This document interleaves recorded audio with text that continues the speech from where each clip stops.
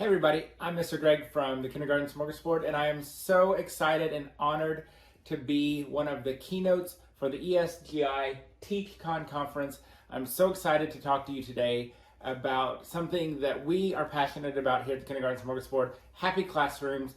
I can't wait to talk to you about this year, about lessons we can learn from our kids and how we can take care of each other and support one another. So I want to introduce myself. In case you don't know me, my name is Greg Smedley-Warren. I am a full-time, real-life kindergarten teacher. That's right, y'all. I am in the classroom full-time, doing it with you. I've been teaching now for 16 years. I've been in kindergarten for 13 years. I did not go willingly to kindergarten. I started off in 5th grade, which I loved. After a year in 5th grade, I moved to 2nd grade, which I absolutely loved. Loved the curriculum, loved the kids, and thought, you know what, I will be a 2nd grade teacher for a while. I just liked it. It felt good. After 2 years in 2nd grade, it was the end of the 2nd year, we had a faculty meeting. We all gathered in the library. Turns out it wasn't really a faculty meeting. It was someone selling us insurance after school, which is what we all want to do after school, right? So we sat through this little meeting. At the end, our principal closes all of the doors to the library, has us line up single file to leave the library, which is odd. And as we're going through the line, she's handing out envelopes. Inside the envelope is a slip of paper about this big. Handwritten on this piece of paper is our job assignment for the next year. Y'all, this is a true story. Handwritten, my name, my job assignment. So we're in line. The first few people go through the line and we quickly learn what's happening. And so I said to my friends and people in line with me, I said, if it's kindergarten or 4th grade, I will quit and go to McDonald's.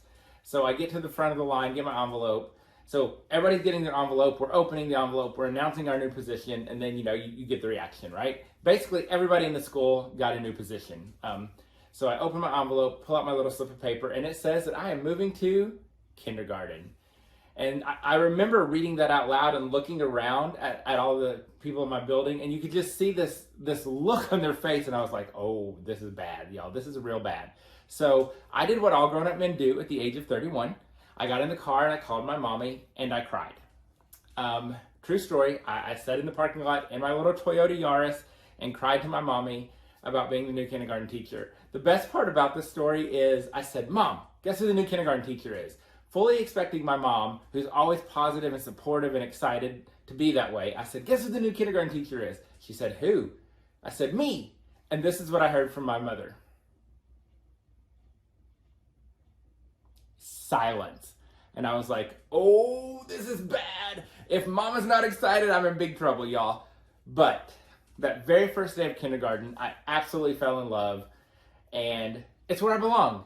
I was meant to be a kindergarten teacher. And so I'm so thankful, even to this day, to that principal for, in a very unique way, forcing me out of my box and forcing me out of my comfort zone. And because of that, I found my passion and my calling. And so I think that's part of why I am the teacher that I am today, because it was a very unconventional approach to moving me to kindergarten, right? And so it kind of just taught me that, hey, it's okay to be out of the box and think a little bit differently and do things in your own way. And so I'm very thankful for that principal who made that decision.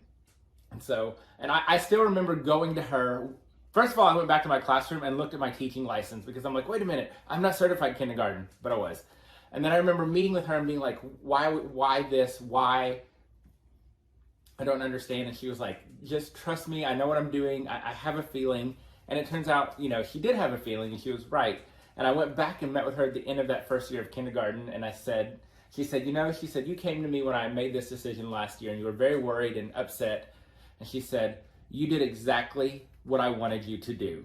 She's like, you did exactly what I expected you to do. She said, you went into kindergarten and you completely turned our kindergarten program upside down. She said, that's what I wanted you to do. And so you just never know what people are thinking. And so that's how I ended up teaching kindergarten. And that's how 13 years later, here we are. And so again, I'm very thankful to that principal, even though I wasn't on board at first with being moved to kindergarten. And like I said, I'm a real life, full-time kindergarten teacher with real life students. These are my mustaches, as we call them. You can see there are 18 mustaches as of right now. I fully expect that number to grow as the year goes on, as we all kind of know how that happens. And so they are a wonderful group of kids. I'm very lucky to have such a great group this year. They, as you can see, it's a very diverse class. So 95% of the students in my class are EL. Most of the students enter my classroom speaking little to no English at the beginning of the year, which presents its own sets of challenges and adventures. So this year we have 3 languages spoken. We have English, Arabic, and Spanish spoken in our classroom. And so I always like to show my students, because I want you to understand that I am a real life classroom teacher, y'all. I get up every morning, I get dressed, sometimes I wear my sparkly sequins, and I roll up into my kindergarten classroom with real life kids and teach every day in a public school and go through all the same things that you all are going through. And so here they are, the mustaches from this year. And again, love them. They're a wonderful group of kids with lots and lots of big personalities, as you can imagine. So also want to tell you that you can find us everywhere on social media. So we are all over social media: Facebook, Instagram, Twitter, Pinterest, YouTube. And so make sure to follow us on social media. We have a website, thekindergartensmorgasbord.com. You can check that out. That's our blog. We have over 1,000 blog posts full of ideas, freebies, DIY projects, all kinds of good stuff. Make sure to check out our virtual events, including free webinars, at tksvirtualevents.com. You can also check out our tksstore.com to get all of your classroom materials and resources and activities.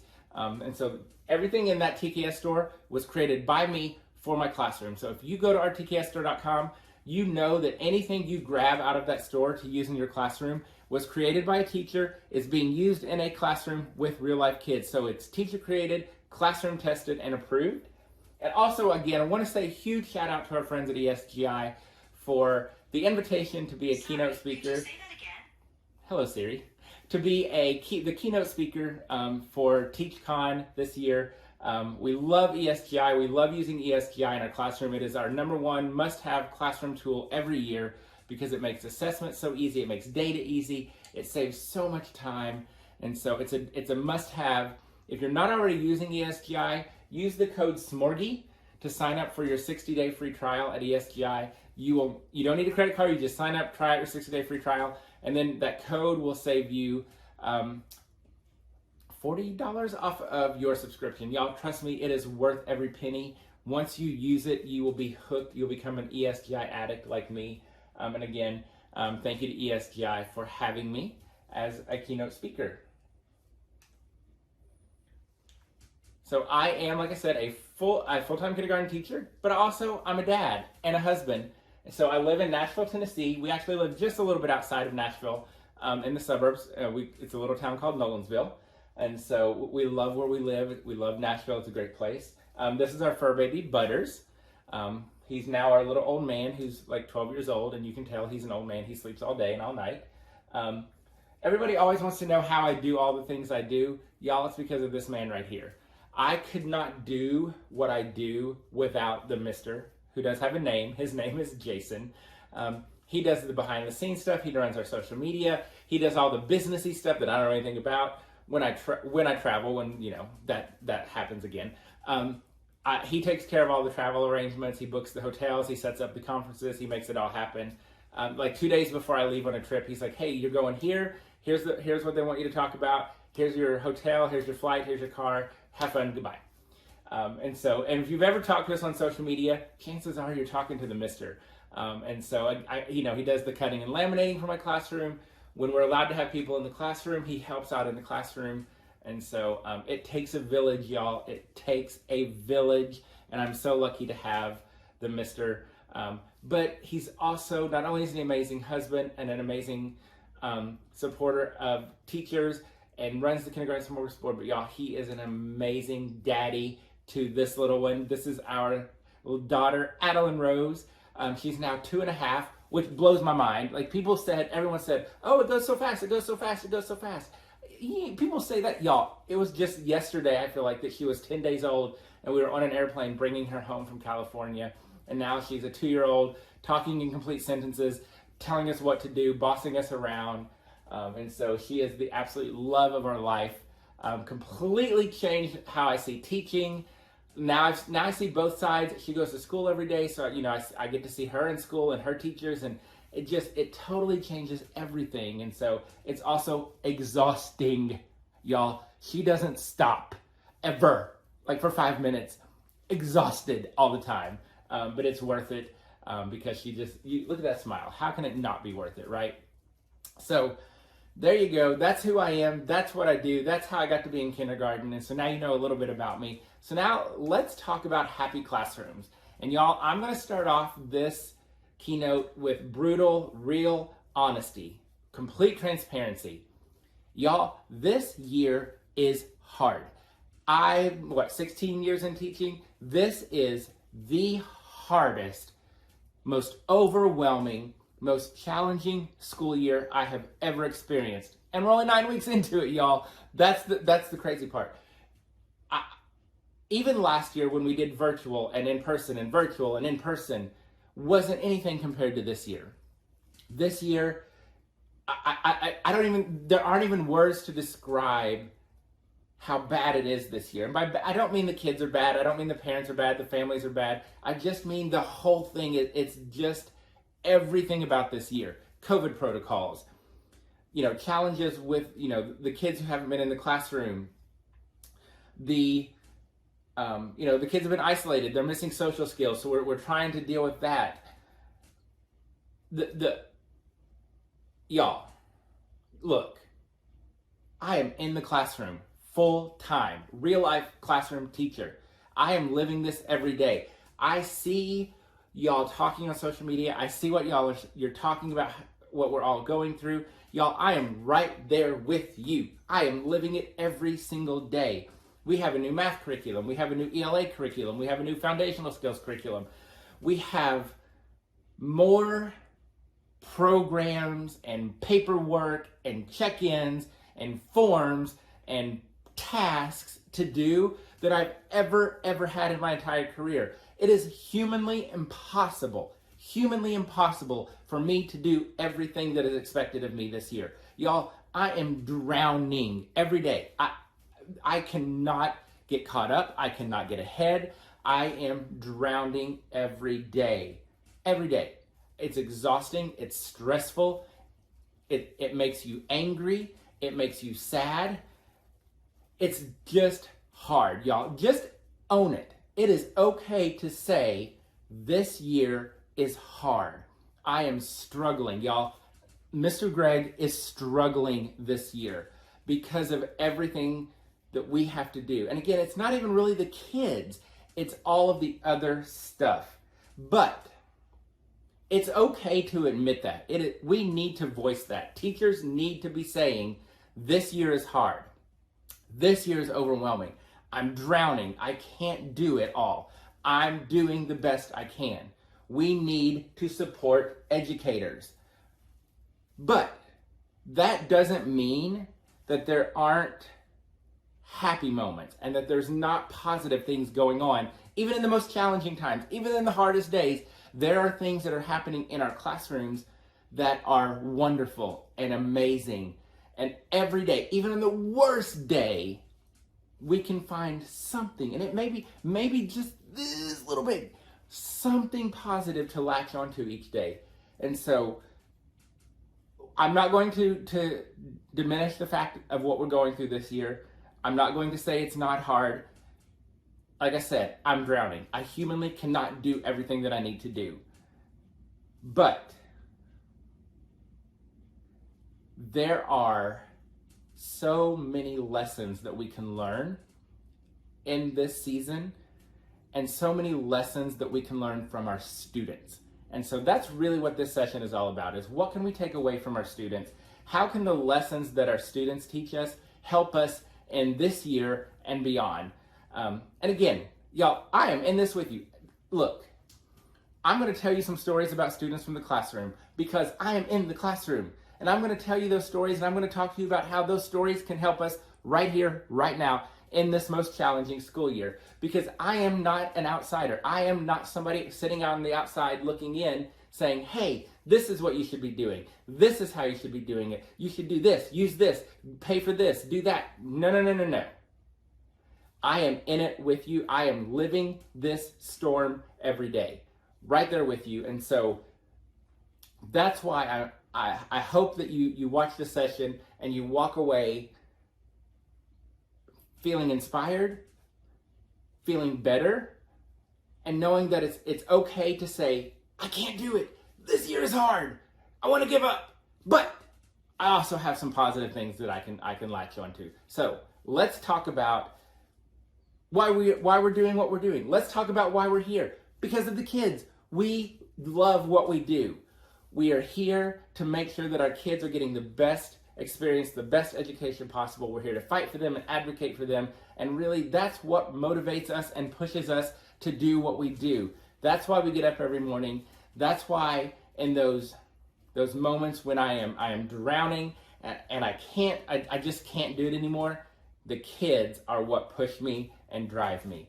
So I want to tell you a story about my friend Okamia. So Okamia was in my class when I taught second grade. She originally started in another class, and she was having major behavior issues. She was a kid that everybody knew because she had such behavior issues. Right? We all have them in our schools, in our grades, in our classes.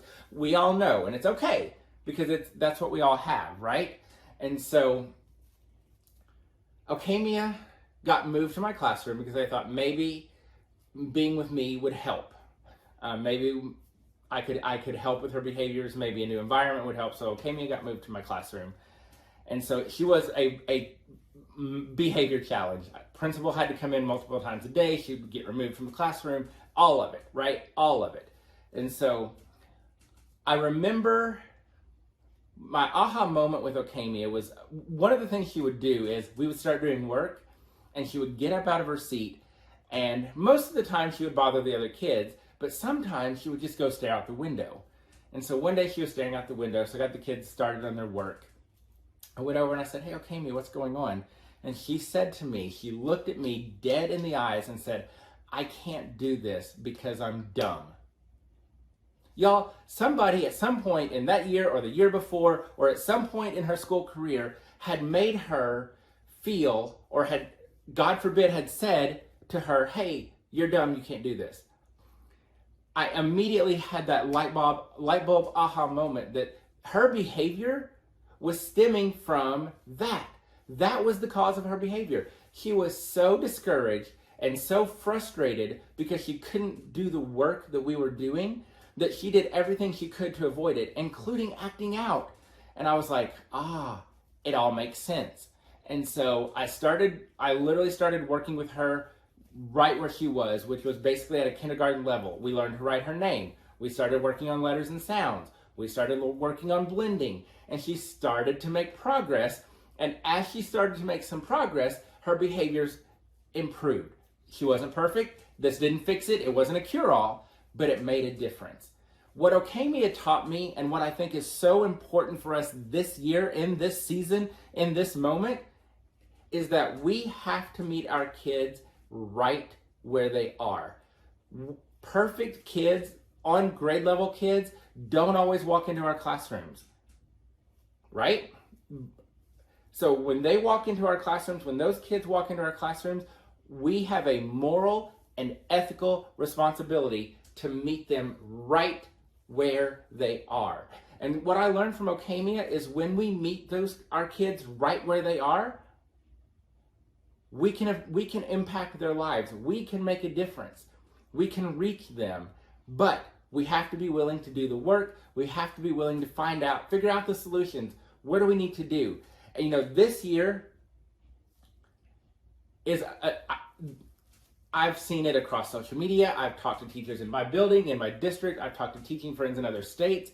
We all say the same thing. This group of kids is unlike any group that we've ever experienced, because we are seeing in real time Y'all, in real time, we are seeing the real life impacts of a worldwide pandemic. We are seeing the impacts of isolation and quarantine and the lack of socialization in schools. We are seeing what that's doing to our kids. What you're not going to hear me say is learning loss. Y'all, I'm not going to say it because I don't believe that. Because if you think about what our kids did last year, they learned to log onto computers. They learned to set up their virtual meetings. They learned to unmute and mute. They learned all kinds of valuable life skills last year. I won't say learning loss, but we do see the impacts of virtual school, of lockdowns and quarantines and isolations. Separation anxiety in my classroom is at an all-time high. The lack of social skills. It blows my mind watching them just not even being able to interact with each other. The fine motor skills, y'all, those fine motor skills are gone. And so that's especially for early childhood, those fine motor skills are huge. And so we're seeing that they're not there at this point. Their language skills, just their ability to communicate and to talk to me, to talk to each other, to listen, to follow simple one-step directions. All of that, the independence, the problem solving, all of those things are just not there like we see in a typical school year. So what does that mean? Think back to Okamia. When I met her where she was, we were able to make progress. So that's what we have to do this year, in this season, with our kids who are living in a worldwide pandemic, who have lived through lockdowns and isolations and virtual school and hybrid school. We have to meet them right where they are. So we have to listen to our students. We have to hear them. We have to be able to meet them where they are and give them a path to success. That might mean we slow down to go faster.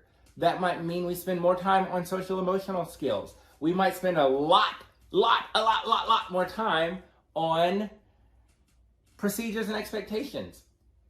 We need to find more ways to up the engagement in our classroom. We need to put in that extra effort.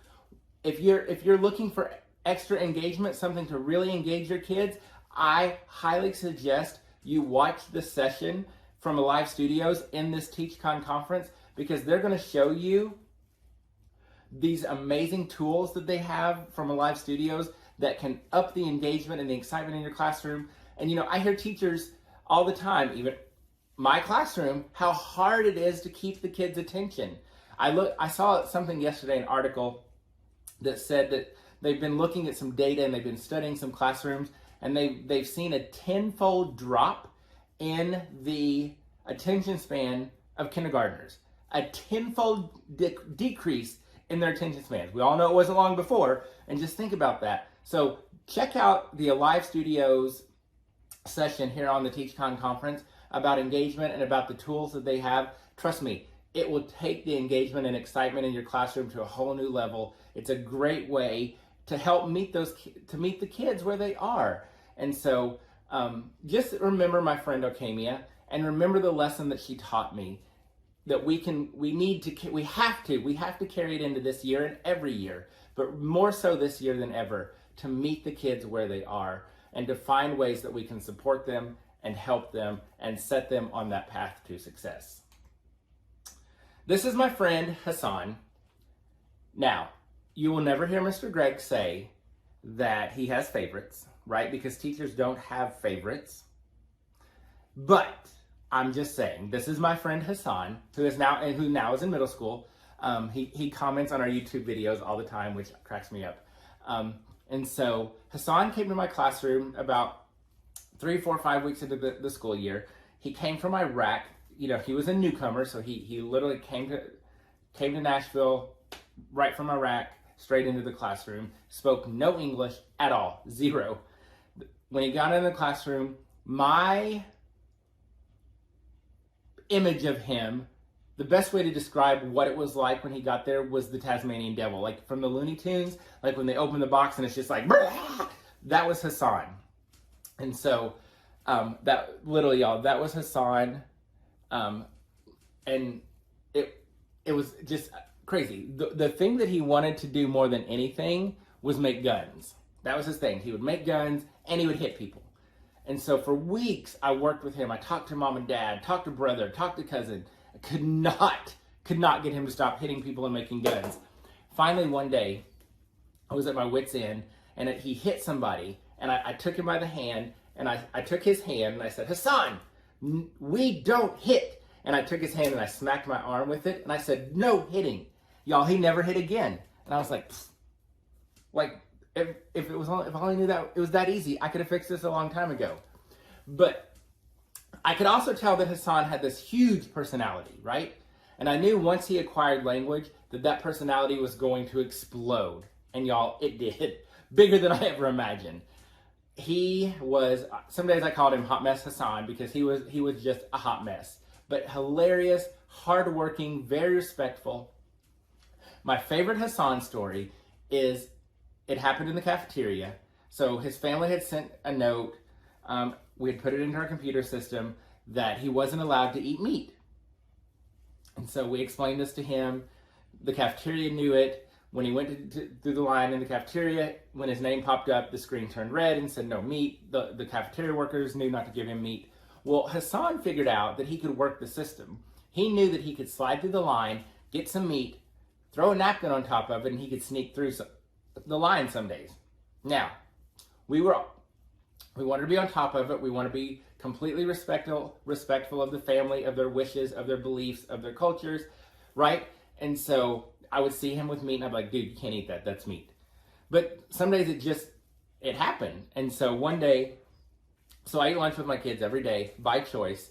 So I sat down, and this year Hassan sat beside me every day, no matter what. And the kids knew that. Like, it was just the way it was. That was Hassan's choice, and that's the way it was going to be. So he sat down, he sits down with me, he slides up to me. He has his napkin on his tray. Y'all, he literally yanks the napkin off and goes, ha ha!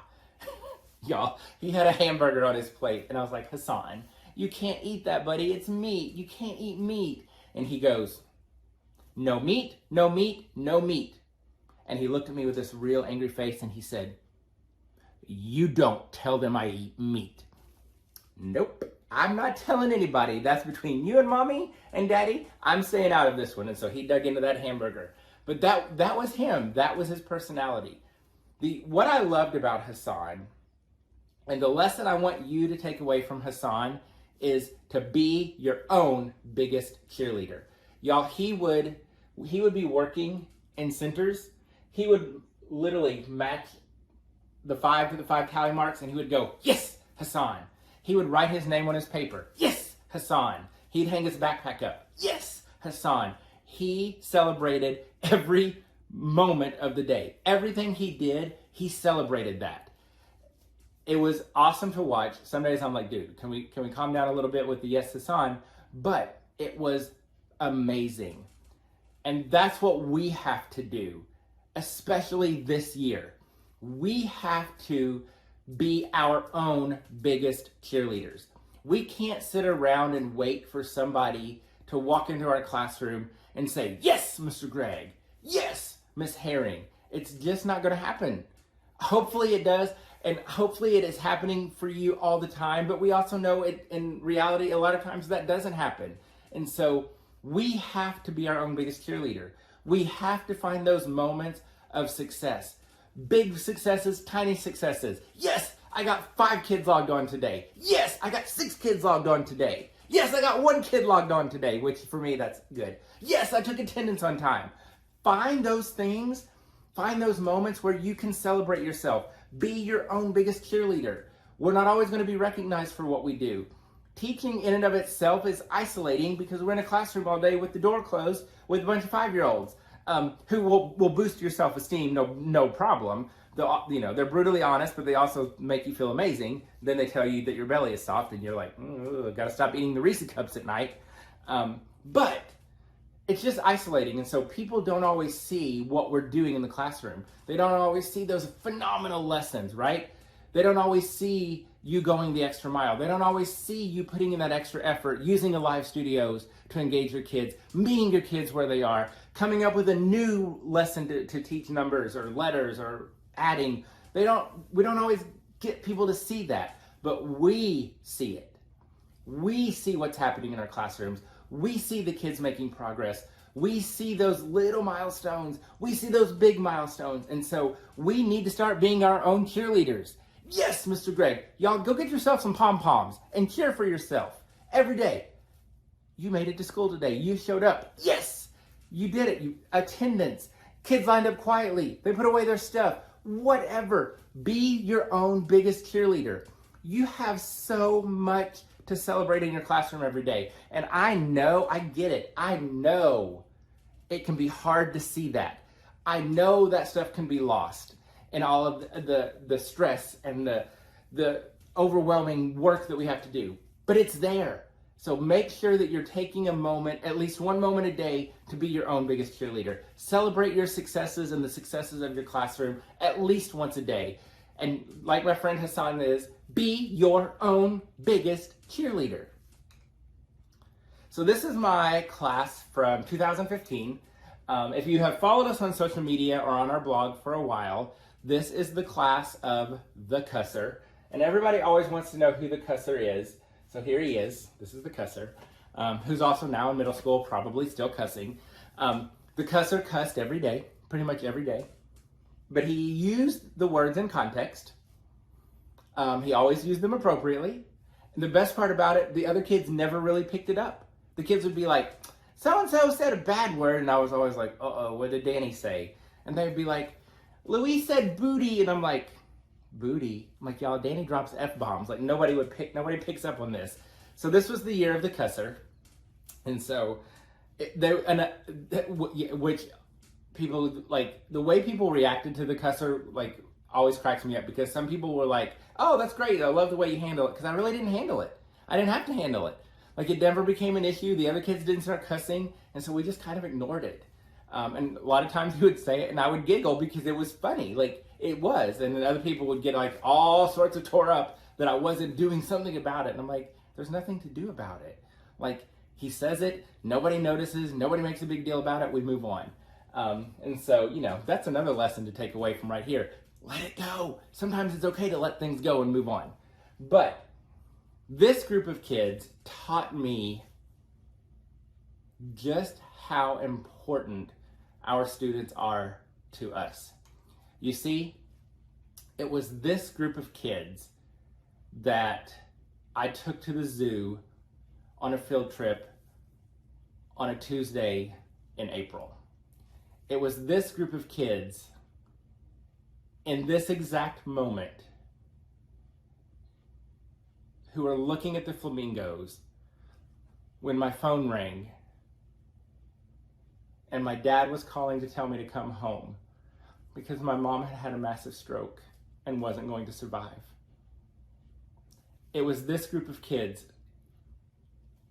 literally after I snapped this picture, that my phone rang. My phone rang, I looked down, saw it was my dad, and I knew. Number one, Dad doesn't call that often. Number two, he never calls in the middle of the day, and I knew. So I stepped away from the kids, took the phone call, talked to Dad about what was going on. I stood there for a second and I thought, okay, I have two choices. I either have to leave right now, or I stay with the kids and finish the field trip. And so in that moment, I decided to stay with my kids and enjoy the field trip. Hung up with Dad, called Jason to tell him what was going on. And when I turned around to walk back to the kids weren't there. They weren't at the flamingos. When I turned around, they were standing there behind me. It was like they knew. In that moment, they knew that I needed them. They knew that their teacher was hurting, that their teacher was scared, and they wanted to support, to love, to care for their teacher. Did they really know all of that? No. but they knew. They knew that that's where they needed to be. What this class taught me, what was so eye-opening about this experience was just how much we need our kids. Do they need us? Absolutely, they need their teachers. But I think we lose sight of the fact that we need them just like they need us. And in the darkest day, and in the fall, those days after, the darkest days of my life, they helped get me through that. They taught me, they showed me the power of love and support. They gave me strength. They gave me energy. They gave me joy when I didn't think any of that stuff was there. Their joy, their excitement, their passion, their energy fed me through those dark days and through those dark moments. And that's what I want you to take away from this group, is that we need our kids. Our kids need us, and it is okay to lean on them in those moments. And not all of those moments are going to be as big as losing a parent. But we all have those moments of sadness, of despair, of fear. And so we can lean on our kids for strength, for joy, for giggles, for laughter. And, if you think about everything that our kids have been through this year, in the past 3 years, what we've been through, think about how eager they are to walk into our classrooms each day. My kids walk in and they're smiling and they've got a pep in their step, and they're just eager to be there, to learn. They're excited. They want to be at school. They want to be with their friends. That's what we're talking about when we talk about happy classrooms. That's what, when I say this is the hardest year ever, and it's okay to admit that you're struggling, that you're drowning in this stuff, it's okay. Because there's also the happy classrooms, right? There's also these moments where we feel like we can't do it. I can't make it another minute. I can't do another piece of paperwork. I can't log another kid on. They're right there behind us. Even if we don't realize it, they're right there behind us, giving us that love and that support and the strength to push on. And so I will forever be grateful to these kids for teaching me that it's okay to lean on our students, and it's okay to allow them to give us the strength to get through those days where we feel like we just can't do anymore. And so, again, find those positive moments. Find a positive moment, a big one, a little one, a mini, tiny positive moment. Latch onto that for that day if you have to. And know that your kids will be there to support you and to love you and to give you the strength to push through. And so our kids are powerful. Man, are they powerful. And so we've got to lean on them when we need to. And then, y'all, there's this group of kids. We have no idea what this year is going to look like, right? Typical school years, we can kind of know what's coming, what's going to happen as the year goes on. This year, who knows? No clue what's going to happen, because we're still in the middle of a pandemic. We're dealing with the real-time impacts of a pandemic. Every school year is an adventure, right? It's like Jurassic Park every year, because we never know what's going to happen. This year, it's like Jurassic World with the dinosaur that they created, this monster dinosaur. We just have no idea what's going to happen.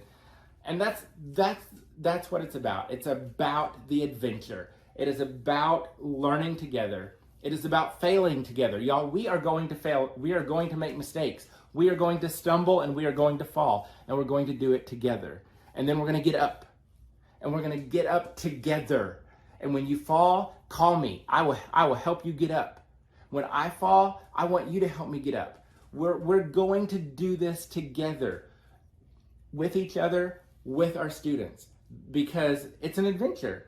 As a class, as a profession, as colleagues, as friends, as family, this is going to be a year unlike any other. Y'all, I am 9 weeks into this, and I can tell you it's already a year unlike any other. Who knows what the winter is going to be like? Who knows what the spring will be like? Who knows where we're going in this school year? But we're going together. And know this, remember this, tell your friends this. We are up for this challenge. If there's any profession in the world who can do it, we can do it. Think about 3 years ago when schools closed on a Friday and by Monday we were online teaching our kids virtually? Who else could do that with no resources and no training and no money? Teachers can. So if anybody is up for the challenge of what this year brings, we are up for the challenge. We will get through this together. We will continue to teach our kids. We will continue to make an impact, and we will do it together. That's the message. We are in this together, and we are going to make this the best year possible for our students and for ourselves. We're going to take care of each other. We're going to take care of ourselves. We're going to take care of our students, of our families, of our friends, and most of all, y'all, we're going to have some fun. Don't forget to have fun this year, especially this year. You need to have fun. Your kids need to have fun. Your colleagues need to have fun. Find ways to bring fun into the classroom. And y'all, listen, I get it. We are following incredibly strict curriculums and pacing, but we're still finding time to bring fun into the classroom. So don't forget to have some fun this year. Trust me, it makes a difference. And listen, we have to have friends. We have to stand together as educators. This year, more than ever, we have to support each other. We have to love one another. Look, this isn't about followers on social media. This isn't about conferences or popularity. This is about making sure that we're taking care of ourselves and taking care of each other. Check in on your colleagues. Send them a text message. Send them a note. Notice I didn't say call them because I don't like to talk on the phone, so don't call me, but you can text me. Find people that you can lean on. Find somebody in your building that you can lean on. Be that person in your building that somebody can lean on. Find people who uplift you, who encourage you, who challenge you. We also don't want to be in an echo chamber, right? We don't want all we hear is to be, oh my gosh, you're great, that's amazing, that's wonderful. That's good, we all want to hear that, right? But also I want to hear somebody say, hey, you know what you could do? What about this? Or have you tried this? Or did you think about this? Because that's how we learn, that's how we grow. So support one another, encourage each other, uplift one another, but also challenge each other to do better, right? And I also want to say this. Part of this and part of self-care and part of finding people who uplift you and encourage you, don't be afraid to clean out social media. I've done it this year. I got rid of a whole lot of people I follow on social media. It's made a world of difference. Follow people, find those people. I think it's so important. Find those people who are experiencing this with us. Find those people who understand what it's like in this day, in this moment, in education, in America, and around the world. Follow those people, stick to those people, because we all have to stick together and take care of each other. And so, we said this last year, I'll say it again. If you're not in the schools this year, if you're not in the classroom or working in the school, you don't have any idea what it's like if you're not living it. And so we're all living this together. And so it is vital that we do this together, that we stick together, that we support each other. Because look, we're not going to do this alone. None of us can do this alone. We have to have each other's back. We have to love one another. We have to support each other. We are in this together. All of us. Remember that. You are not alone. I'm here. TKS is here. If you need us, reach out to us. I'm so blessed to have an amazing kindergarten team. This is my kindergarten team, and amazing friends at my school. They would be there for me in a heartbeat. When I'm having a bad day, Gretchen brings in her snail puppet and makes funny jokes and makes me laugh. Julie was there when I got moved to kindergarten. She's the one who taught me how to be a kindergarten teacher. She's the one who says, wait a minute, think about this, calm down, let's talk about this. These ladies right here, I can't even begin to describe the love I have for them, because they are there for me in the school, out of the school. I could call them right now and say, hey, I need you. They would all be here in an instant. Find people who support you, who encourage you, who love you, because we cannot do this alone. We need one another. And finally, I'm going to end it with this. We've talked about the challenges. We know what the school year is like. Teaching has always been one of the hardest jobs.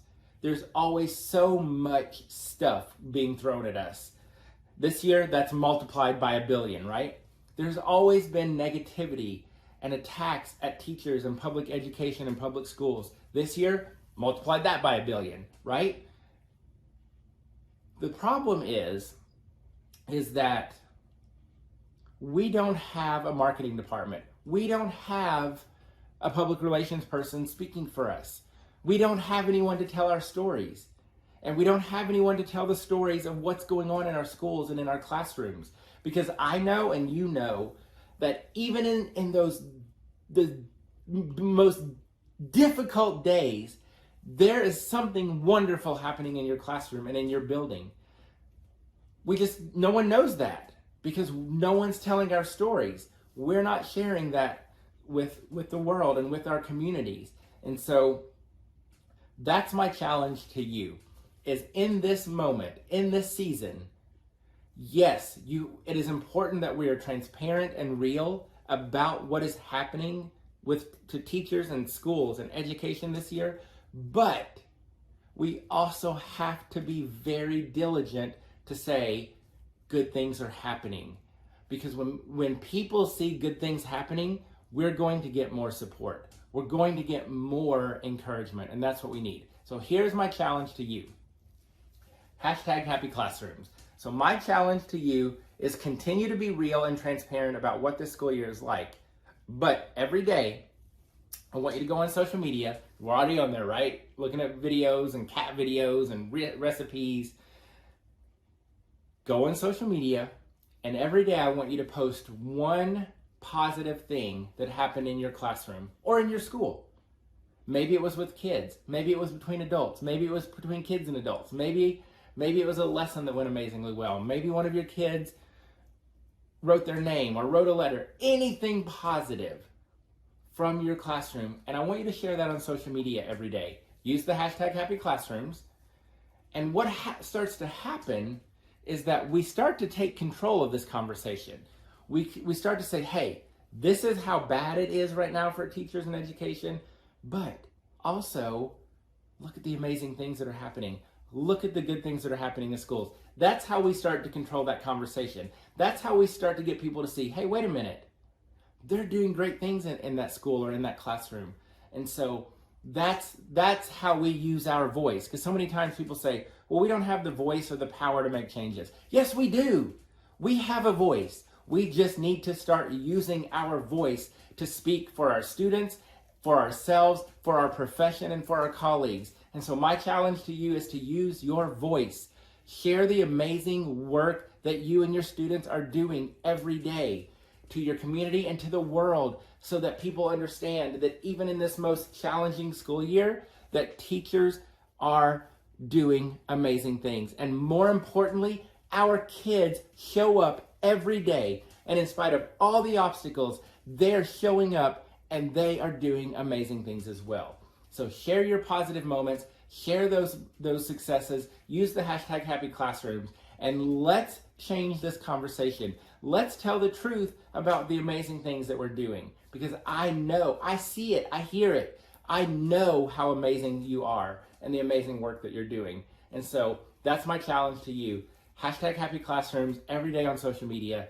And imagine if that starts trending. Imagine the impact that we can have. And guess what? We have that power. We just have to take advantage of it. And I'll end with this. Take care of yourselves. Take care of each other. We cannot do this alone. We know that the rising waters lifts all boats. Y'all, we are in this together. We will get through this together. This isn't about who has the cutest door, Y'all know that's a thing. It's not about followers or popularity. It's about the kids. It is about giving the kids the best education that we possibly can. And the only way that we can do that, especially in this season, is to support one another. So please love yourself, take care of yourself, love one another, take care of each other, inspire each other, lift each other up, love one another, hug each other, or air hugs, and we will get through this together. Because at the end of the day, we're all on the same team. We are all in this for one reason and one reason only, and it's for our kids. And if I'm successful, my kids are successful. If I'm successful, you are successful. If you and your kids are successful, that means I'm successful. And so take care of each other, love one another, and just know that we are in this together. We will get through this together, and we will come out of this better and stronger. Love one another, support each other, and know that we are here if you need us. And don't forget, I want to see those #HappyClassrooms posts on social media. Thank you so much for joining me for this keynote. I hope that you are inspired. I hope that you're ready to be your own cheerleader. I hope that you understand the importance of leaning on your students. And most of all, I hope that you know that you are not alone. We are all in this together.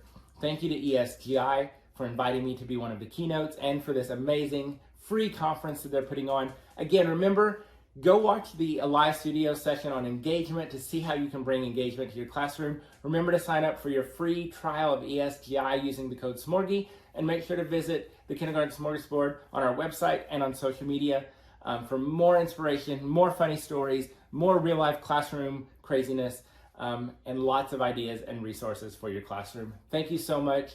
We will see you all soon. Bye, everybody.